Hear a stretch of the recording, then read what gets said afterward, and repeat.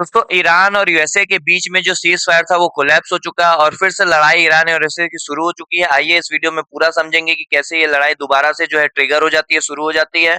तो जैसा कि हमें पता है कि यूएसए और ईरान के बीच में एक एग्रीमेंट हुआ था, एक सीज फायर हुआ था, जिसको लेके जो लड़ाई थी वो खत्म हो गई थी। लेकिन अभी फिर कुछ दिनों से जो है वो टेंशन बढ़ने लगी है। कंट्रीज जो है वो लगातार एक दूसरे पे ब्लेम कर रहे हैं, एलिगेशन लगा रहे हैं कि एग्रीमेंट का वायलेशन किया गया है। यूएसए लगातार एयर स्ट्राइक कर रहा है ईरानियन मिलिट्री पे, और जो ईरान है वो वार्न कर रहा है कि हम क्या करेंगे, एक बहुत अच्छे तरीके से रिटेलिएट करेंगे, इनको जो है हम जवाब जरूर देंगे। और इन दोनों के कॉन्फ्लिक्ट में फिर से जो है स्टेट ऑफ हॉर्मुज में इंस्टेबिलिटी जो है बन गई है। समझते हैं पूरा मामला कि है क्या, immediate trigger behind the fresh conflict, की फ्रेश कॉन्फ्लिक्ट जो हुआ इसके पीछे का ट्रिगर क्या है, किस वजह से ये फ्रेश कॉन्फ्लिक्ट जो है दोबारा हमें नजर आ रहा है। तो यूएसए का ये क्लेम है, यूएसए ये कह रहा है कि एक कमर्शियल कार्गो वेसल जो है हमारी पास हो रही थी, कहाँ से, स्टेट ऑफ हॉर्मुज से, और इस पे जो है अटैक किया गया, किसके द्वारा, ईरान के मिलिट्री के द्वारा, ईरान के बैक फोर्स द्वारा जो है इस पे अटैक किया गया है। वॉशिंगटन ये भी क्लेम कर रहा है कि अगर ये फ्रीडम ऑफ नेविगेशन और इंटरनेशनल ट्रेड के ऊपर क्या है, एक बहुत बड़ा अटैक है, बहुत बड़ा खतरा है। और ईरान जो है लगातार इस बात को रिजेक्ट कर रहा है। ईरान का कहना है कि यूएसए जो एलिगेशन लगाया हुआ है ये एलिगेशन पूरे तरीके से झूठा है। और ईरान ये भी कह रहा है कि इस इंसिडेंट को जस्टिफाई कर रहा है अपना मिलिट्री एक्शन, की यूएसए जो भी अपना मिलिट्री एक्शन कर रहा है उसका जस्टिफिकेशन देने के लिए इस एग्रीमेंट का वो इस्तेमाल कर रहा है। और इसी के साथ जो है ये जो है डिसएग्रीमेंट हो गया है, जो सीज फायर था वो क्या हो गया, पूरी तरीके से कोलैप्स हमें नजर आ रहा है। यूएस मिलिट्री क्या करती है, रिस्पॉन्स करती है, यूएस लॉन्च करती है strike against the Iranian military infrastructure. जितने भी ईरान के मिलिट्री इंफ्रास्ट्रक्चर है उसके ऊपर लगातार जो है यूएस की मिलिट्री जो है वो रिस्पॉन्स कर रही है, अटैक कर रही है। उसी में मिसाइल स्टोरेज फैसिलिटीज के ऊपर अटैक किया गया है यूएसए के द्वारा। साथ में जितने भी ड्रोन बेसिस थे ईरान के, उन ड्रोन बेसिस के ऊपर लार्जेस्ट ड्रोन प्रोग्राम चल रहे थे वेस्ट एशिया में, उसके ऊपर अटैक किया गया है। साथ में कोस्टल रडार सिस्टम जो था, radar installation, monitor naval movement in person, इन सब चीजों के भी ऊपर क्या किया गया, लगातार यूएसए के मिलिट्री रिस्पॉन्सेज हुए हैं, यूएसए ने लगातार जो है वो अटैक किया। अगर बात करें ईरान ने इसके ऊपर में क्या रिस्पॉन्स किया है, तो ईरान ने कंडेम किया है, इस अटैक की आलोचना की है। और साथ में ये भी कहा है कि अगर यूएसए क्या करेगा, वॉयलेट करेगा इंटरनेशनल लॉज को, एग्रीमेंट्स को जो हमारे बीच में हुआ है, तो हम भी क्या करेंगे, एग्रेशन दिखाएंगे, वॉर दिखाएंगे। और कहीं ना कहीं ये जो स्ट्राइक है ईरान के सोवेनिटी के अगेंस्ट में है, ईरान के सोवेनिटी के क्या है, अगेंस्ट में है। और Iran reserve the right to retaliate, और ईरान के पास ये राइट है क्यों, क्या कर सकता है, रेटिलिएट कर सकता है, इसका जवाब वो दे सकता है।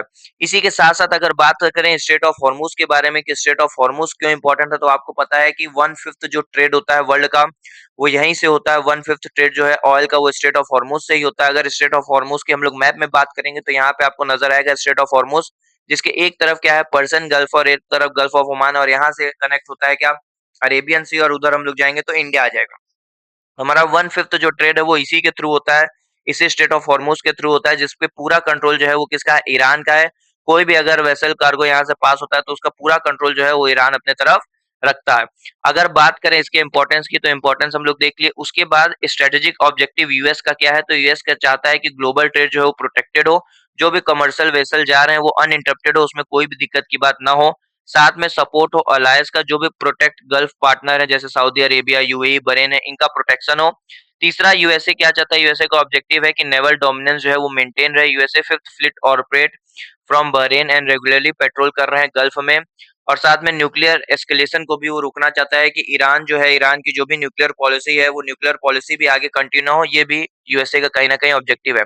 अगर बात करें ईरान के ऑब्जेक्टिव के बारे में, तो ईरान का पहला ऑब्जेक्टिव है नेशनल सिक्योरिटी। ईरान का ये व्यू है कि अगर यूएस मिलिट्री बेसेस सराउंडिंग रहेंगे हमारे टेरिटरी, कहीं ना कहीं हमारे लिए सिक्योरिटी थ्रेट है, ये सिक्योरिटी खतरा जो है, नेशनल सिक्योरिटी बना हुआ है। साथ में रीजनल इन्फ्लुएंस से बताते हैं, ईरान मेंटेन करना चाहता है इन्फ्लुएंस को, कि जो भी हमारे रीजनल पार्टनर है उनके साथ हम कोलेब्रेशन करें, उनके साथ हम शांति से स्थापित करें, बाहर का कोई भी चीज आके, कोई कंट्री आके इसके ऊपर इन्फ्लुएंस ना करे। और साथ में इकोनॉमिक प्रेशर जो है ईरान के ऊपर ऑलरेडी बना हुआ है, क्योंकि इतने यूरोपियन कंट्रीज हो चाहे फॉरेन कंट्रीज हो, यूएसए हो, इतने ढेर सारे इकोनॉमिक सेंक्शन लगाए हुए हैं कि ईरान के ऊपर एक ऑलरेडी जो है इकोनॉमिक बर्डन बहुत ही ज्यादा है। और स्ट्रेटेजिक डेटरेंस तो है ये। स्ट्रेटेजिक डेटरेंस का मतलब ये है कि अगर ईरान के ऊपर कोई अटैक करेगा तो ईरान इतना कैपेबल है कि उसके ऊपर दोबारा से वो रिटेलिएट कर सकता है और अटैक कर सकता है।